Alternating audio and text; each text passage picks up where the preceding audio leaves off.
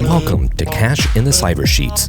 I'm your host, James Bowers, and together we'll work with business leaders and industry experts to dive into the misunderstood business of cybersecurity and compliance to learn how to start making money from being secure and compliant. Welcome to Cash in the Cyber Sheets. Hey everybody, welcome back to Cash in the Cyber Sheets. I'm your host, James Bowers, Chief Security and Compliance Architect here at Input Output. Very happy to have you back here with us today.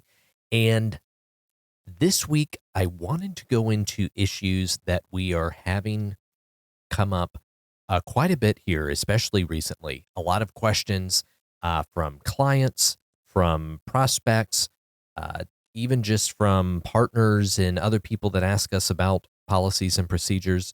It's a very sexy subject, so it gets brought up a lot. But really, all the things that we're having around incident response management and companies putting together their incident response plans. And this week, this little bit of time that we have together, I want to go through the biggest pitfalls that I'm seeing that is getting everybody hung up and they're not getting plans put together. And there are tons of ways that you can go about this.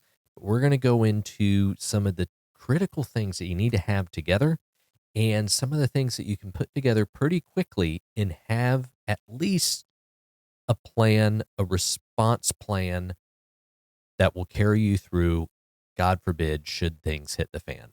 So definitely stay tuned. We're going to go all into that. Before we do, please click that like, click that subscribe, and show us some love. If you haven't subscribed to us, go ahead and click that button wherever you're listening to us at. So let's get into incident response plans. I don't think it's a mystery that basically every business needs one. And it's actually one of the areas that when we are called in to work with a client, when we are first working with somebody, the incident response plans are a lot of times the catalyst. That's really where they want to start, where they had an incident and they need to get something together. What we see time and time and time again is that there's no incident response plan in place. And even working with a lot of partners, when we get pulled in, there may be some sort of thought, but it normally just comes down to we know we need something and we rely on maybe our IT, which there's definitely a lot of good IT partners out there. We know a lot of them. So that's in itself not a horrible strategy, but you definitely need to have something together so you're not trying to put the pieces together when you're experiencing an incident. Now, I believe where it gets difficult and where things are stagnating is not just with the incident plans, but practically all information security policies is everybody tries to do everything. They try to get it perfect. And as a compliance officer, as much as it pains me to say this, rough is enough. You can't steer a parked car. So do what you can do in the beginning. Get a good foundation, or at least a brainstorm, something on a napkin, and then you can build on that. It's much easier to build and improve than it is to create something from scratch. So as we're taking our clients, as we're working with people through their policies or procedures or plans, I try to remind everybody, rough is enough. Get the core down. Just start getting everything out of your head. And once you start doing that, more things will flow. But for the most part, get the foundation, get something put together, and then you'll come back and you'll continue to improve on it. Now, the core areas of the incident response plan that everybody tries to figure out, and you actually should have all of these, but is your preparation. And then how are you going to detect? And how are you going to do notifications of incidents and weaknesses? And then what are your steps going to be around containment and assessment and decision? And how are you going to evaluate them? And then how are you going to collect your evidence and manage that? And then what is your response and your recovery process going to look like? How are you going to do all of your external notifications? Identify all of the external parties. And then how are you going to manage your post-op learning, your lessons learned?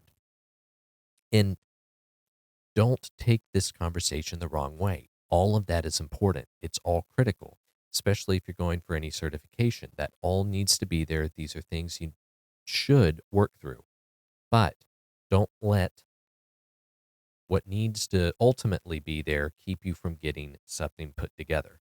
So here's where we're going to get into the critical areas, the things that you need to work on.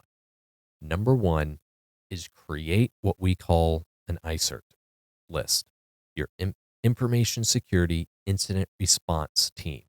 This is going to be, if you have nothing else done, if you have no other plans, no other strategies, no other processes, have your list of people that you will reach out to and will help you when you have a data incident. Now, ones that we have on here are identifying who that lead person's going to be, the ICERT lead, who's going to be the champion, the quarterback when everything happens. Identify that. You need to have somebody that's going to be able to direct everybody and keep things moving. You should also identify all of your technology leads, your IT director, all of the main technical personnel. And if you can, if you've got different people that manage, say, email and manage networks and manage infrastructure, list all of them and have all of their emails and phone numbers. You also want to identify, and just going through a quick list here, this is non-exhaustive, but identify a privacy officer. Who manages the privacy events? Who's going to advise you on that? Who's your HIPAA officer? Any regulatory and compliance advisors? Do you have legal counsel? Who's that? Also, identify your local non-emergency law enforcement. What are their numbers? How do you reach out? Identify your local FBI field offices. Who's going to manage public relations? Who's going to talk to external authorities, officers, and such? You don't want that being everybody in your organization. You want that to be very structured. Who's going to manage the insurance companies? And list all of your insurance companies out, your liability, errors and omissions, cyber, any other insurance that you have. Make sure you have those policy numbers, everything all together. Who can help you with forensic analysis? A lot of times this will be dictated by your insurance, but it's good to have somebody listed there in case you're not engaging the insurance. And then even in our policy document, we have other, all of the other important people that, God forbid, it hits the fan. These are the people you're going to call. Now, this is the most important part that you can have, because at the very least, if you have this list and something happens, you can start picking up the phone and saying, what should we do? Tell me the next steps we need to take. And all of these subject matter experts, all of these different resources will be able to help carry you through it. Now, for those of you that have put plans together or that are deep into compliance or that really understand all of the structure, you're probably screaming right now saying, oh my God, it's going to be a mess. And I will absolutely agree that this, compared to having a good structured tested plan in place, this is going to be clunky. You're going to have a lot of frustration. You're going to notice a lot of issues where things just aren't getting done quickly. But if you have nothing else, but you have this list, you'll at least be able to clunk your way through an incident. You'll be able to have the resources you need to help get you through this. And if nothing else, after you go through an incident, because you eventually will, this should give you a big list of things of, oh my God, we need to tighten all these things up. The next thing, if you can put it together, is a communication list. Now, in our policy, we have a communication matrix. It just lists all those different subject matter experts, basically the people on your ICERT list, your incident response team, and what training do they need?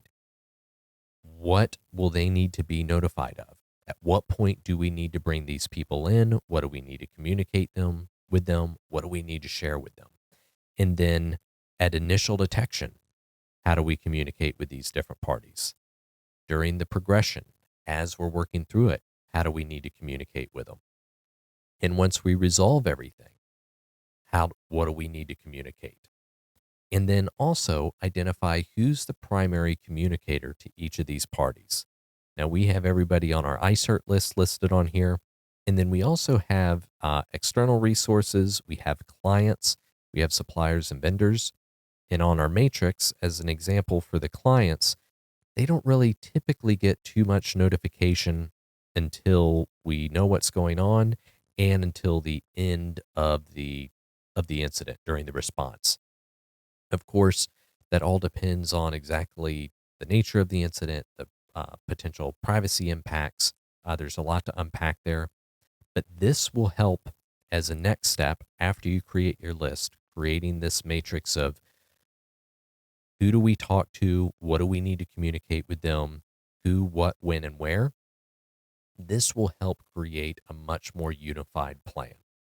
And still far away from having structured policies and procedures around each type of incident and doing different types of tests.